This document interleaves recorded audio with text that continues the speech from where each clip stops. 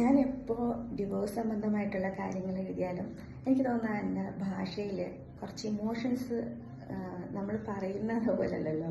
Emotions കുറച്ച് കൂടുതൽ വായിക്കുന്നവർക്ക് feel ചെയ്യുന്നുണ്ടാവും. അപ്പോൾ എനിക്ക് ഒരുപാട് മെസ്സേജസ് വരാറുണ്ട്, ചേച്ചി വിഷമിക്കരുത് എന്നൊക്കെ പറഞ്ഞ്. ഒരുപാട് നന്ദിയുണ്ട്. കാരണം ഏത് കുപ്പായത്തിനുള്ളിലും പച്ചയായ മനുഷ്യരുണ്ടാവും. അവിടെ ദുർബലരായ മനുഷ്യരുണ്ട്. കണ്ടിട്ടില്ലേ? പ്രൊഫഷണൽ രംഗത്തുള്ള ക്രിമിനലുകൾ കണ്ടിട്ടില്ലേ? പ്രൊഫഷണലായ ക്രിമിനലുകൾ എത്രയോ പേര് നമ്മുടെ ചുറ്റുമുണ്ട്. അതുപോലെ തന്നെയാണ് വിഷാദം അനുഭവിക്കുന്നവരുണ്ട്, അല്ലേ? അപ്പോൾ അതുകൊണ്ട് സൈക്കോളജിസ്റ്റ് അതായതുകൊണ്ട് എനിക്ക് ഡിപ്രഷൻ വരില്ല, സ്ട്രെസ് വരില്ല എന്നൊന്നും അവകാശപ്പെടാൻ ഞാൻ തയ്യാറേ അല്ല. ഞാനൊരു സാധാരണ മനുഷ്യ സ്ത്രീയാണ്.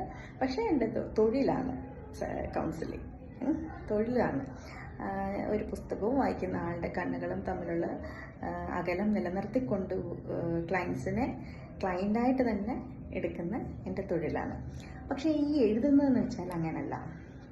എഴുതുന്നത് എൻ്റെ അനുഭവങ്ങൾ എഴുതുമ്പോൾ കുറേ പേർക്കെങ്കിലും അതൊരു സാന്ത്വനമാണെന്ന് എനിക്കറിയാം. കാരണം ഇന്നലെ ഞാനൊരു വരി എഴുതിയിട്ടുണ്ടായിരുന്നു. ഒറ്റപ്പെടലിൽ ഒരു പെൺകുട്ടിയാണ് എനിക്കുള്ളത്. അപ്പോൾ അന്ന് അവൾക്ക് അത്ര പ്രായമില്ലല്ലോ.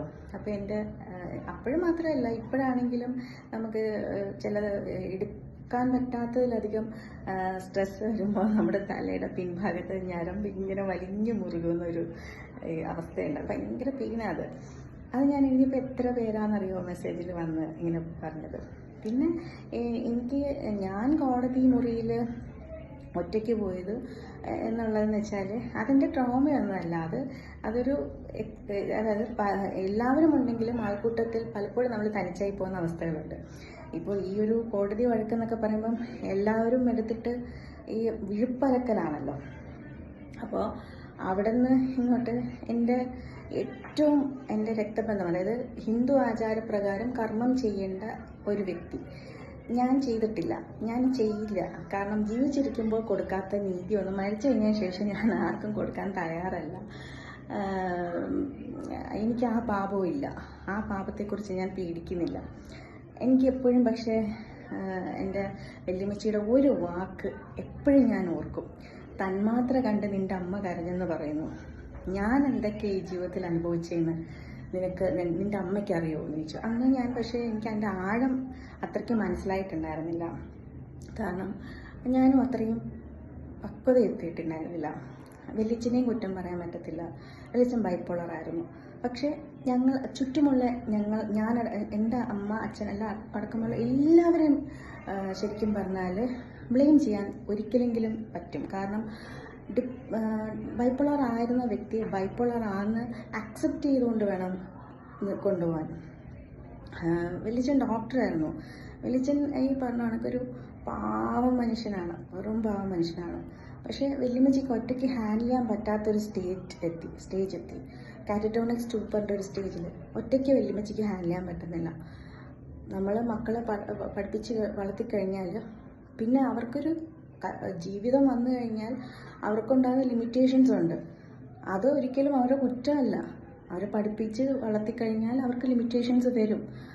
പക്ഷേ ആ ലിമിറ്റേഷൻസ് അവർ മറികടക്കണമെങ്കിൽ അവർക്ക് കുട്ടിക്കാലം തൊട്ടേ അച്ഛൻ്റെ അവസ്ഥ ഇതാണ്, നമ്മൾ അതിനെ രോഗമായിട്ട് തന്നെ കാണണം, അതിന് ഒരു സ്റ്റിഗ്മയില്ലെന്ന് പറഞ്ഞു കൊടുക്കേണ്ടത് മുതിർന്നവരാണ്.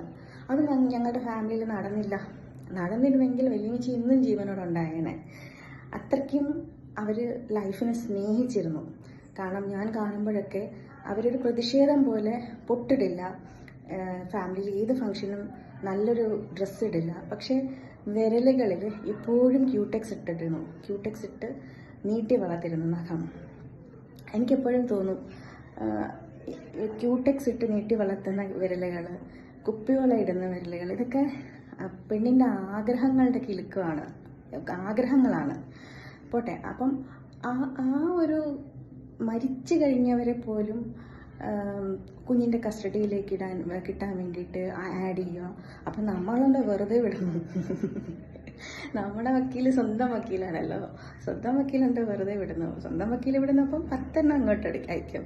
അപ്പം ഇതൊരു ഭയങ്കര ഭയങ്കര ഒരു എന്താ പറയുക, ഒരു ആൾക്കുലത്ത് പരിപാടിയാണ് ഈ കോടതി പരിപാടി എന്ന് പറഞ്ഞാൽ. അതുകൊണ്ടാണ് ഞാനതിന് സ്റ്റോപ്പ് ചെയ്യിപ്പിച്ച് ഇങ്ങനെ ഇറങ്ങി വന്നത്. അപ്പം എനിക്ക് ഉണ്ടായ എക്സ്പീരിയൻസ് ആണെന്നില്ല മറ്റൊരാൾക്ക്. പിന്നെ എനിക്ക് ജീവിക്കാൻ ഒരു കോൺഫിഡൻസ് ഉണ്ട്. കാരണം കൗൺസിലിംഗ് എൻ്റെ പ്രൊഫഷനാണ്. അതേസമയം ഞാൻ ഒരുപാട് സ്നേഹിക്കുന്ന ഒരു പാഷനും കൂടെ എനിക്ക് അതിനകത്തിലുണ്ട്. ഭയങ്കര ഒരു പാഷനും കൂടെ ഉണ്ട്. അപ്പം എനിക്ക് ഒരിടത്തും സ്ഥിര ജോലിയല്ലല്ലോ, വലിയ റിസ്ക് അല്ലേ, നല്ല റിസ്ക്കാണ്. അപ്പം എല്ലാവരും അന്നും ചോദിച്ചു, നിനക്ക് വട്ടുണ്ടോ, നിനക്ക് നാണമില്ലേ, നിനക്ക് വട്ടുണ്ടോ ഇങ്ങനെ മദർ തെരേസ കളിക്കാൻ? ഞാൻ മദർ തെരേസയേ അല്ല. എനിക്ക് സമാധാനമായിട്ട് ജീവിക്കണം. എനിക്ക് ജീവിതം മൊത്തം കോടതിയിൽ കയറി ഇറങ്ങിയൊന്നും ജീവിക്കാൻ എനിക്ക് വയ്യ. അപ്പം അതുകൊണ്ട് ഞാൻ അങ്ങനെ ചെയ്തു എന്നുള്ളേ ഉള്ളൂ. പിന്നെ ജീവിക്കാൻ എനിക്കൊരു കോൺഫിഡൻസ് ഉണ്ടായിരുന്നു. നിശ്ചിത വരുമാനമല്ല അതുകൊണ്ട് തന്നെ നമ്മൾ എന്ത് ചെയ്യില്ല, മടി പിടിച്ചിരിക്കില്ല. മടി പിടിച്ചിരിക്കാതെ 24 മണിക്കൂറും വർക്ക് ചെയ്യുമ്പോൾ എന്ത് പറ്റും? സ്ട്രെസ്സ് നമുക്കങ്ങ് അവോയ്ഡ് ചെയ്യാം. അപ്പോൾ എന്നാൽ പോലും ചില നേരം തലയുടെ ബാക്കിൽ ഒരു ഞരമ്പുണ്ടല്ലോ ഇങ്ങനെ പിടച്ച് വലിച്ച് വേദനിപ്പിക്കും. അത് മനുഷ്യനായതുകൊണ്ടാണ്, ഞാൻ വെറും സാധാരണ സ്ത്രീ ആയതുകൊണ്ടാണെന്നുള്ളതിൻ്റെ അടയാളമാണ്.